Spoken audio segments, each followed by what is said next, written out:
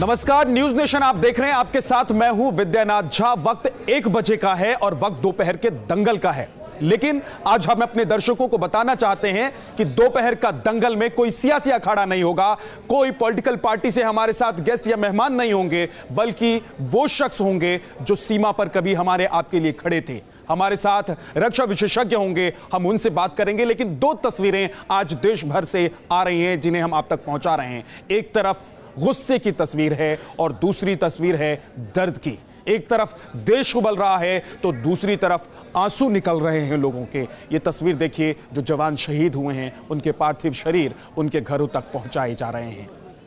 38 जवान पाकिस्तान के आतंकी हमले में शहीद हो गए हैं, उनके पार्थिव शरीर को उनके घर तक पहुंचाया जा रहा है। घर वालों का रो रो कर बुरा हाल है। तो देश आज उबल रहा है और पूछ रहा है कि बताइए इसका बदला कैसे लेंगे, कब लेंगे।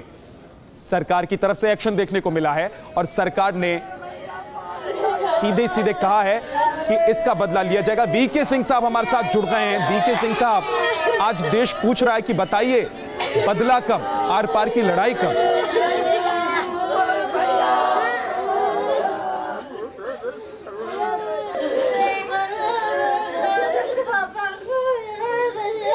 वीके सिंह साहब से एक बार हम और संपर्क करने की कोशिश करेंगे, फिर से उनके पास चलेंगे। लेकिन आपको बता दें, ये 2 तस्वीरें, एक तो दिल को दर्द से भर देने वाली तस्वीर। आज पूरा देश गमगीन है, आज पूरा देश इन आंसुओं को देख रहा है और उनके सीने छलनी हो रहे हैं, क्योंकि ये वो वीर थे जो सीमा पर रहकर हमारे देश की रक्षा करते थे। ये वो वीर थे जो सीमा पर हमारे दुश्मनों को मुंहतोड़ जवाब देते थे। लेकिन नापाक करतूत ने, पाकिस्तान और आतंकियों के नापाक करतूत ने उनको शहीद कर दिया। हम 5 तस्वीरें आपको दिखा रहे हैं। भोपाल की तस्वीर देखिए, जयपुर की तस्वीर देखिए, तस्वीर देवरिया की भी देखिए, जम्मू और जयपुर की भी देखिए।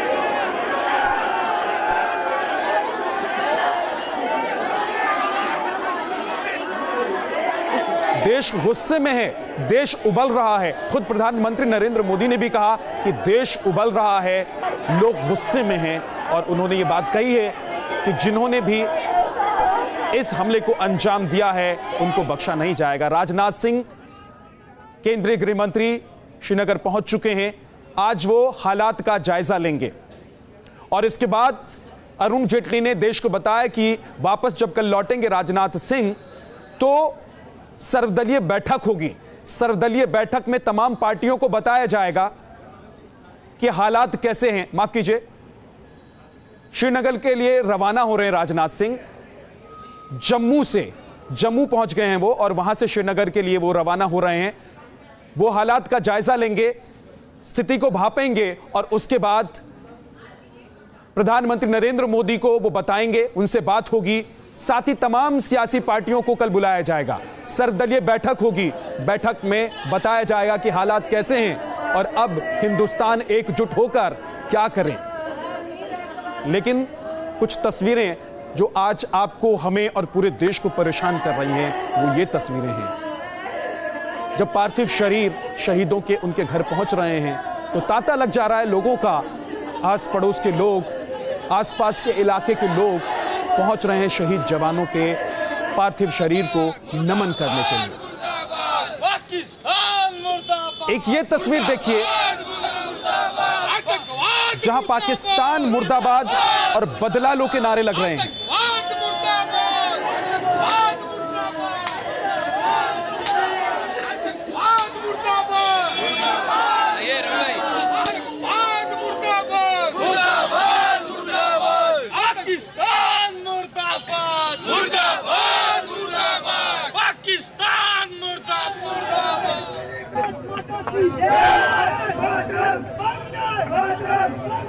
यह गुस्सा है देश के लोगों का, यह गुस्सा है उन लोगों का जिन्होंने देखा है कि किस तरीके से 38 वीर सपूत हमारे देश के शहीद हो गए। इन्होंने अपनी आंखों से उनके पार्थिव शरीर को अपने घर पर बैठकर टेलीविजन पर वो देख रहे हैं और इसीलिए अब यह गुस्सा सड़कों तक उतर रहा है। लोग कह रहे हैं कि बदला चाहिए, आर पार की लड़ाई चाहिए। बार बार हमें इस तरह की शहादत मंजूर नहीं है, हमारे जवान इस तरह बार बार शहीद हों, ये हमें नहीं चाहिए। हमारे साथ कुछ खास मेहमान हैं, एक बार उनसे आपका तारुफ करवा देता हूं। टीपी त्यागी जी हैं, बहुत बहुत स्वागत है सर आपका। आप वीर चक्र से सम्मानित हैं। 71 की लड़ाई आपने लड़ी है। हमारे साथ कमर आगा साहब हैं, रक्षा विशेषज्ञ हैं, बहुत बहुत स्वागत है सर आपका। पीके मिश्रा साहब हैं हमारे साथ, आपका भी बहुत बहुत स्वागत है। और टीसी राव साहब हमारे साथ हैं, आपका भी बहुत बहुत स्वागत है। लेकिन सबसे पहले मैं कमर आगा साहब आपके पास आता हूं। आप जरा बताइए कि देश अगर ऐसे उबल रहा है, देश ये कह रहा है कि आर पार की लड़ाई चाहिए, क्या हम इस स्थिति में हैं? नहीं, आज देश पूछ रहा है कि बताइए पाकिस्तान से बदला कब लेंगे।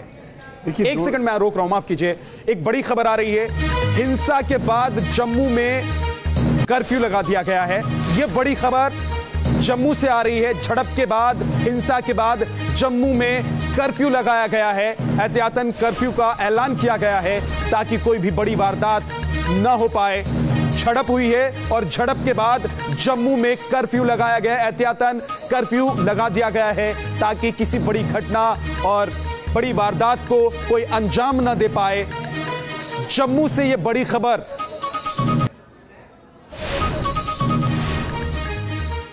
जम्मू में कर्फ्यू लगा दिया गया है। यह तस्वीर देखिए जहां पर झड़प और विरोध की तस्वीर सामने आ रही है और इस बीच कर्फ्यू का ऐलान कर दिया गया है। कर्फ्यू लगा दिया गया है ताकि कोई बड़ी वारदात ना हो और नापाक मंसूबा पाले अगर कोई इस विरोध प्रदर्शन में या किसी से झड़प करने की कोशिश करता है, घुसने की कोशिश करता है, तो उस पर रोक लगाया जा सके।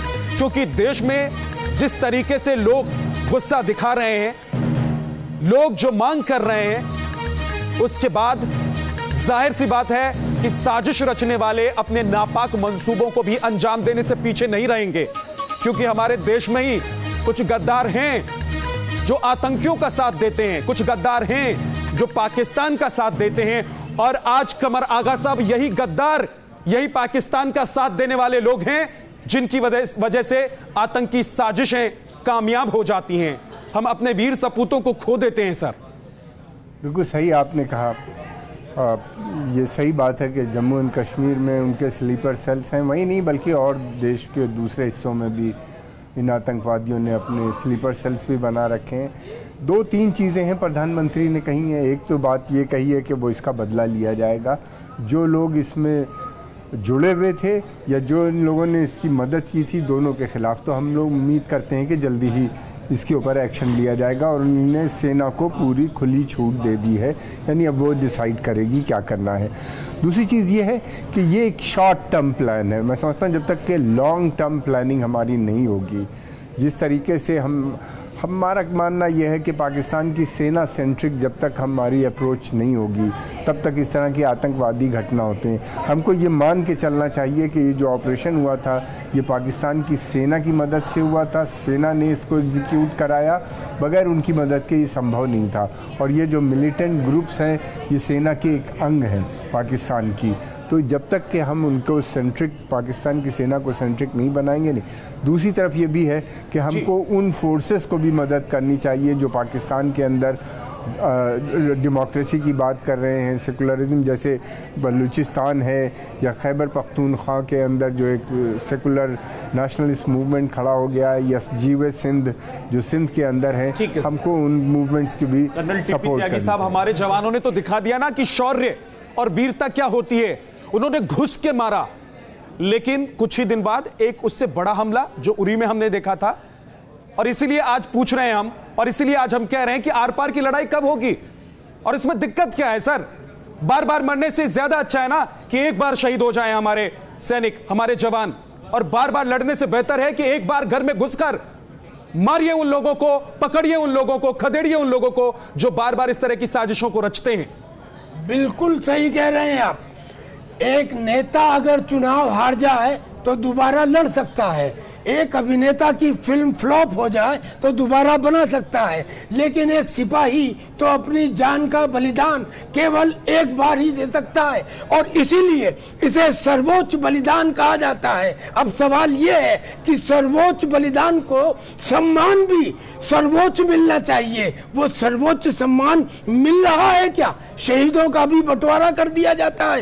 एक शहीद को 10 लाख, दूसरे शहीद को 20 लाख। और दूसरी सबसे बड़ी बात, मैं सरकार की तरफ उंगली उठा रहा हूं कि उन शहीदों के परिवारों से पूछिए उन पे क्या गुजरती होगी जब वो देखेंगे कि हिंदुस्तान और पाकिस्तान का क्रिकेट मैच हो रहा है, जब वो देखेंगे हमारे सिद्धू साहब जाके पाकिस्तान के chief of the army staff से गले मिल रहे हैं। इस किस्म की वारदातों को देख के सिपाही का मनोबल कम होता है। अरे आज जो देश का सिपाही सरहद पर खड़ा है, जिसे नहीं मालूम कल सुबह का सूरज देख पाएगा या नहीं देख पाएगा, लेकिन उसके हाथ में एक मोबाइल है, उसे अपने नेताओं के आचरण और भाषण का पता लग रहा है। उसका सिर्फ ये कहना है हमें पैसा मत दो, लेकिन एक बार तो पूरा देश खड़ा होकर ये कह दे कि हाँ हम पूरे अपने सिपाही के साथ में हैं। ये जो सिपाही, आपका गुस्सा भी बहुत जायज है और आप यकीन मानिए सर कि आज इसी तरीके से पूरा देश गुस्से में है, न सिर्फ उन लोगों के खिलाफ जो यहां रहते हैं, यहां की खाते हैं और गाते कहीं और की हैं, न सिर्फ उन लोगों के खिलाफ जो पत्थर उठाते हैं हमारे जवानों पर, बल्कि उन लोगों के खिलाफ भी जो इनको सह देते हैं, आगे बढ़ाते हैं, इनके मनोबल को बढ़ाते हैं। राव साहब, मैं समझना चाहता हूं कि शहादत कब तक, आखिर आखिरी इंतकाम कब लेगा देश?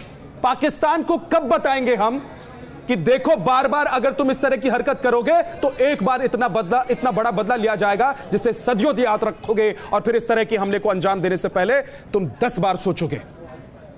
शक्तिशाली इन रगों में बहरा फौलाद है, शक्ति ही संकल्प अपना शक्ति बुनियाद है। इस थीम के ऊपर भारतीय सेना आज आधारित है। हर सैनिक के दिल में आज गुस्सा उबल रहा है। सरकार ने छूट दे दी, बहुत अच्छा किया।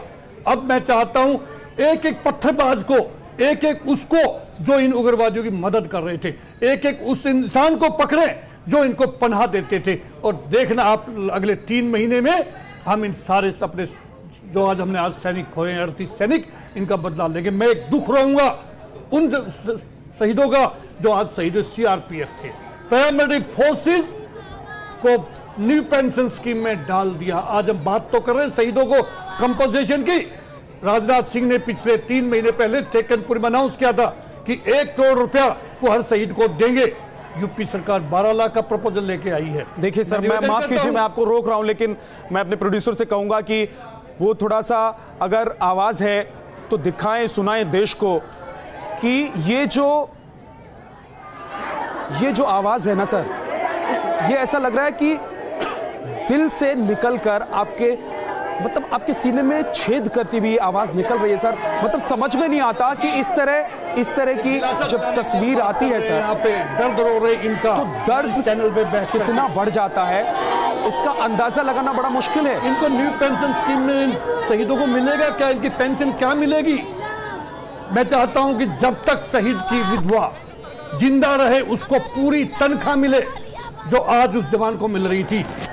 अशोर्ड कैरियर प्रोग्रेशन में 3 बार इंक्रीमेंट मिलते हैं, 8 और 16, 24 के बाद में साल की सर्विस के बाद वो भी उसमें ऐड की जाए। अगर वास्तव में चाहते हमारा सैनिक अपनी हिम्मत से अपना मनोबल बना करके बॉर्डर पर रुका रहे, ये सरकार को उनकी देखभाल करनी पड़ेगी। अमर आगा साहब, सेना पेट के ऊपर दोपहर का दंगल में चलती है। आज आखिरी मिनट देखभाल मैं आपसे मैं जानना चाहता हूं, आखिरी कमेंट मैं आपसे चाहता हूं कि क्या पाकिस्तान पर आर पार होना चाहिए या नहीं?